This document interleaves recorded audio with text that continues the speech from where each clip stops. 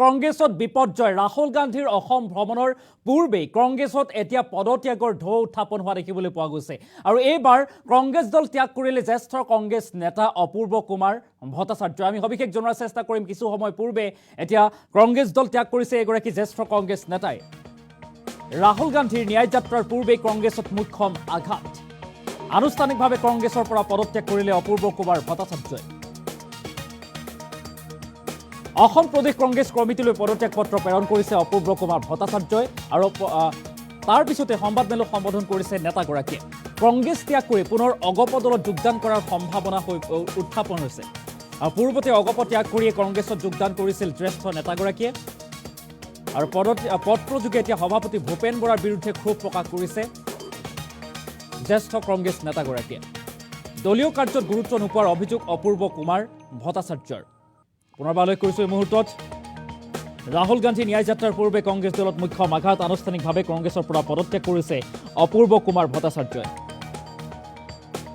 আৰু কংগ্ৰেছত এতিয়া পদত্যাগৰ ঢৌ জ্যেষ্ঠ কংগ্ৰেছ নেতা অপূৰ্ব কুমাৰ ভট্টাচাৰ্যই ত্যাগ কৰিলে কংগ্ৰেছ দল এজনৰ পিছত এজন কংগ্ৰেছ নেতা এনেদৰে ত্যাগ কৰা দেখিবলৈ পোৱা গৈছে কংগ্ৰেছ দল যেহেতু কংগ্ৰেছ সাংসদ ৰাহুল গান্ধীয়ে অসম ভ্ৰমণ কৰিব আৰু তাৰ পূৰ্বে এনেদৰে এতিয়া কংগ্ৰেছ দলত মুখ্যম আঘাত সনা পৰিলক্ষিত হৈছে এই মুহূৰ্তত আমি যিখন পদত্যাগ পত্ৰ অসম প্ৰদেশ কংগ্ৰেছ কমিটিৰ সভাপতি ভূপেন বৰালৈ অপূৰ্ব কুমাৰ ভট্টাচাৰ্যই লিখিছে সেই পত্ৰখন এই মুহূৰ্তত পাঠ কৰাৰ চেষ্টা কৰিম যে 2013 চনৰ 31 জুলাই তাৰিখে প্ৰয়াত মুখ্যমন্ত্ৰী তৰুণ গগৈ ডাঙৰীয়াৰ আহ্বান মৰ্মে মই অসম গণ পৰিষদ দল ত্যাগ কৰি ভাৰতীয় জাতীয় কংগ্ৰেছ দলত যোগদান কৰিছিলোঁ যোগদান কৰাৰ পৰা আজিলৈকে দলে ন্যস্ত কৰা প্ৰতিটো দায়িত্ব নিষ্ঠা আৰু সততাৰে পালন কৰি আহিছোঁ বিগত নিৰ্বাচনসমূহত দলীয় মনোনয়ন লাভ কৰাৰ পৰা বঞ্চিত হৈও দলৰ প্ৰচাৰ কাৰ্য চলাইছিলোঁ আনকি নিৰ্বাচনী ফলাফলৰ দিনা আৰম্ভণিৰ পৰা শেষলৈকে দলৰ হৈ বক্তব্য দাঙি ধৰিছোঁ আপুনি সভাপতি নিযুক্ত হোৱাৰ পিছত 4 আগষ্ট 2022 তাৰিখে মৌখিকভাৱে ন্যস্ত কৰা প্ৰশাসনিক সাধাৰণ সম্পাদকৰ দায়িত্ব বহন কৰিছিলোঁ কিন্তু 2022 বৰ্ষৰ 30 ছেপ্টেম্বৰৰ পৰা এই দায়িত্বৰ পৰা আঁতৰাই দিয়ে মই কিছুদিন নীৰৱে আঁতৰি থাকিলোঁ ইয়াৰ পিছত পুনৰ মোৰ ওপৰত ন্যস্ত প্ৰতিটো দায়িত্ব নিষ্ঠাৰে পালন কৰি আহিছোঁ ইয়াৰ বাবে মই কৃতজ্ঞ সমগ্ৰ ৰাজ্যতে সাংগঠনিক দায়িত্ব পালন কৰিবলৈ সক্ষম কিন্তু দলীয় নীতি প্ৰস্তুত কৰা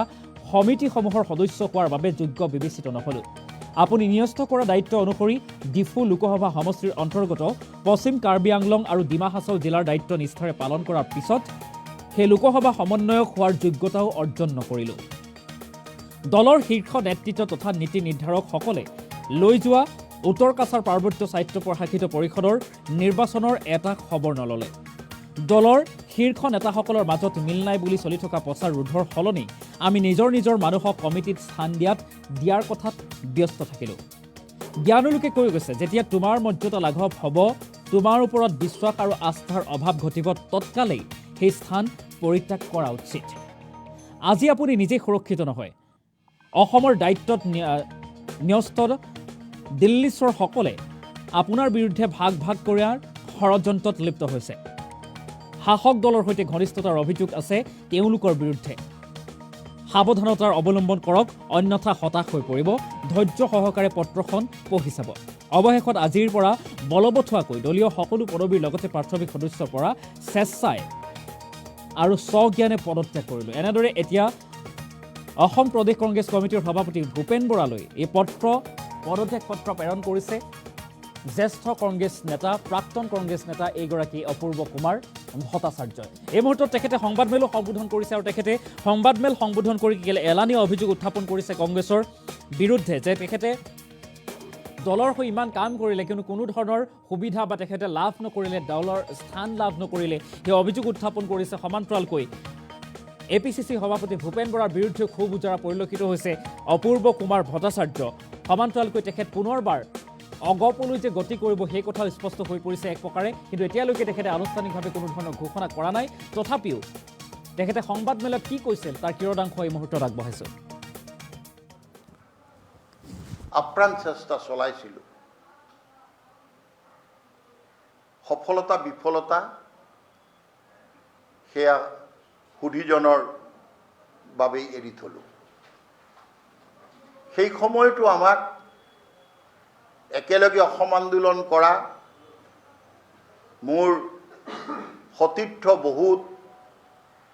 ব্যক্তিয়ে মোক আশ্চৰ্য প্ৰকাশ কৰিও কৈছিল যে আপুনি কংগ্ৰেছ দলত পাৰিব জানো। মই সেইদিনাখন বৰ আত্মবিশ্বাসেৰে কৈছিলোঁ যে কংগ্ৰেছ কৰিলেও নেতৃত্ব থকা মুখ্যমন্ত্ৰী তৰুণ গগৈ ডাঙৰীয়া এগৰাকী জাতীয়তাবাদী মনোভাৱাপন্ন ব্যক্তি। আজি তেওঁ নাই, গতিকে ইয়াতকৈ আৰু অধিক কথা ক'ব লগা নাই। 2013 চনৰ পৰা ৰাজ্যখনত হোৱা 2014, 2016, 2019 আনকি 2021 নিৰ্বাচনৰ বাবেও মই প্ৰাৰ্থিত্ব পৰা বঞ্চিত হৈছিল। আৰু শেহতীয়াকৈ মই 2021 চনত তেজপুৰ সদৰ সমষ্টিৰ পৰা প্ৰাৰ্থিত্ব বিচাৰি আবেদন কৰাৰ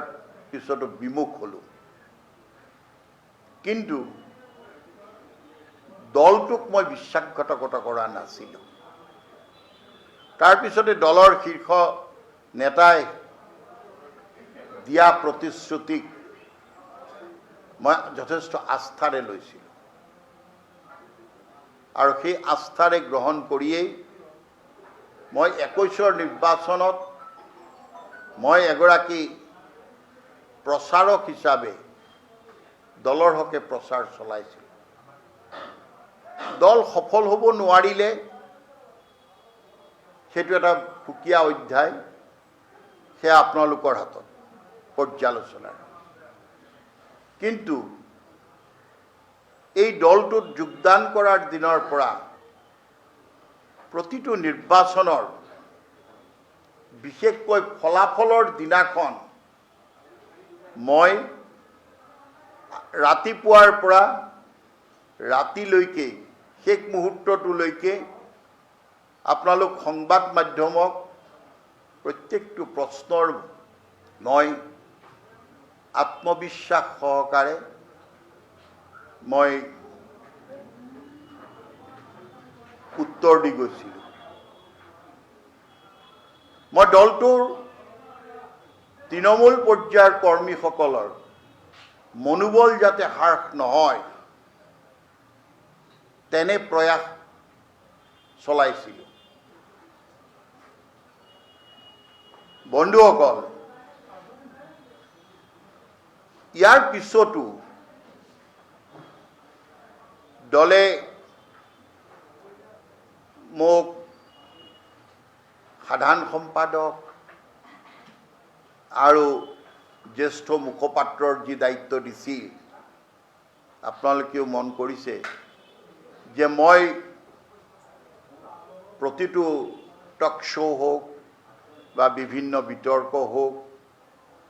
আদিত মই দায়িত্ব সহকাৰে পালন কৰিবলৈ চেষ্টা কৰিছিলোঁ। যোৱা 8 তাৰিখে হৈ যোৱা ডিমা হাছাওৰ নিৰ্বাচনত মই ডিমা হাছাও জিলা কংগ্ৰেছ কমিটিৰ তত্ত্বাৱধায়ক হিচাপে মই প্ৰায় এমাহ দিন মই হাবিয়ে বননিয়ে ঘূৰি দলে নিৰ্বাচনত অংশগ্ৰহণ কৰাৰ বাবে যিখিনি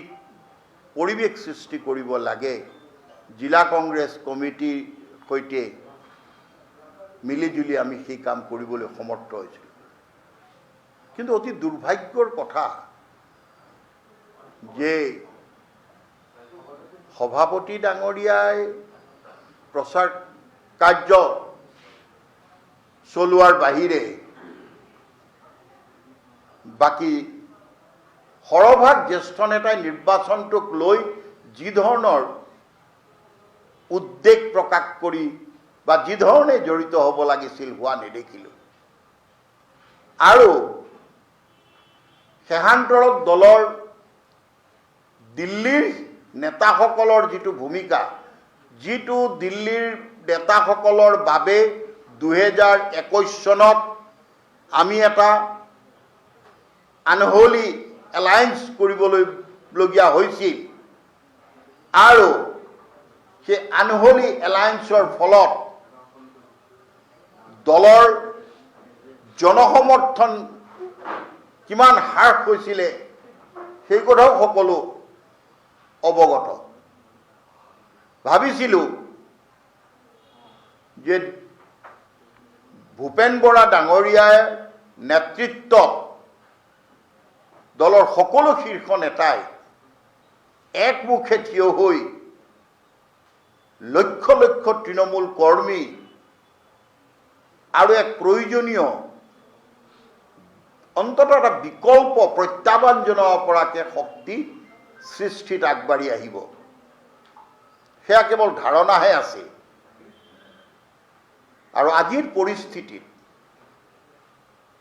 মই নিষ্ঠাৰে ইমানবোৰ সেৱা আগবঢ়োৱাৰ পিছতো যেতিয়া দলে নীতি নিৰ্ধাৰক সম্পৰ্কীয় সমিতিসমূহৰ পৰা আমাক আঁতৰাই ৰখাৰ এটা কৌশল আৰম্ভ হ'ল, তেতিয়া অনুভৱ কৰিছিলোঁ যে সময় সমাগত, এতিয়া সময় সিদ্ধান্ত লোৱাৰ। আৰু সেই মৰ্মে মই আজিৰে পৰা বলবৎ হোৱাকৈ ভাৰতীয় জাতীয় কংগ্ৰেছৰ সকলো পদবী, সাধাৰণ সম্পাদক, জ্যেষ্ঠ মুখপাত্ৰ, ডিমা হাছাও জিলা কংগ্ৰেছৰ তত্ত্বাৱধায়ক,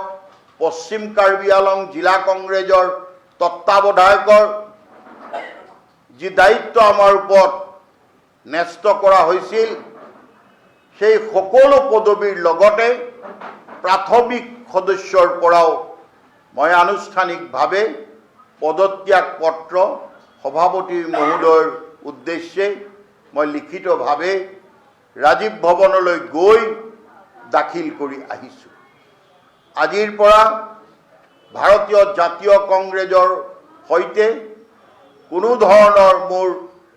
সম্পৰ্ক নাথাকিব। মই এই কথাখিনিকে আপোনালোকৰ আগত সকলোৰে জ্ঞাতাৰ্থে জ্ঞাত হোৱাকৈ অৱগত কৰাৰ উদ্দেশ্যেই এই সংবাদমেল সম্বোধন কৰিছোঁ। জ্ঞানী লোকে কৈ গৈছে, যি স্থানত তোমাৰ কোনো মৰ্যাদা নাথাকে, তোমাৰ ওপৰত বিশ্বাস আৰু আস্থা প্ৰকাশ নকৰে, সচেতন লোকে সেই স্থান ত্যাগ কৰাটো উচিত বুলি এক প্ৰবাদ আছে। মই সেই আপ্ত বাক্যশাৰীকেই সৰুগত কৰি মোৰ আজি প্ৰায় 11 বছৰৰো অধিক কাল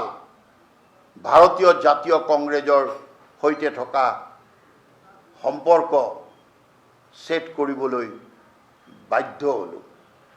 অৱশ্যে তৃণমূল পৰ্যায়ত থকা লক্ষ লক্ষ দলৰ কৰ্মীৰ বিগত কেইটা দিনত, প্ৰায় এসপ্তাহত আমাৰ প্ৰতি যি মৰম চেনেহ আৰু সহমৰ্মিতা প্ৰকাশ কৰিলে, মই সকলোৰে প্ৰতি কৃতজ্ঞতাও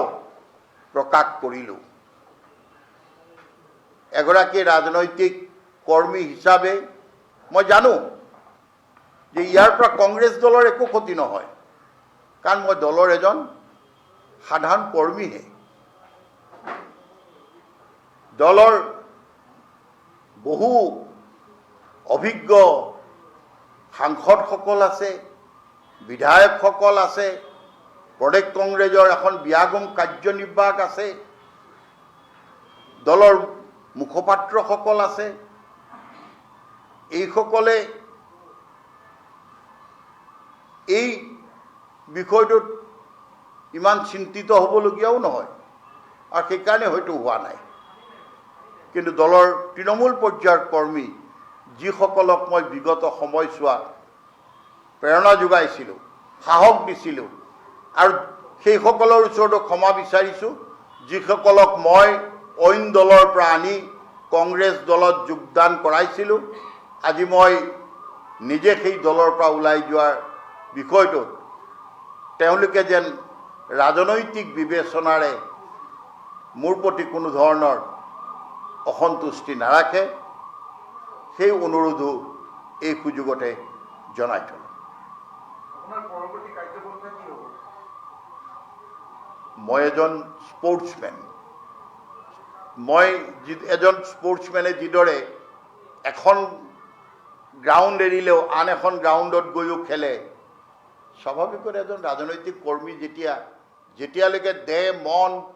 সকলো সজীৱ আৰু সঠিক হৈ থাকিব, মই ৰাজনৈতিকভাৱেই ক'ৰবাত সেৱা আগবঢ়াব লাগিব আৰু জনসাধাৰণৰ লগত একাত্ম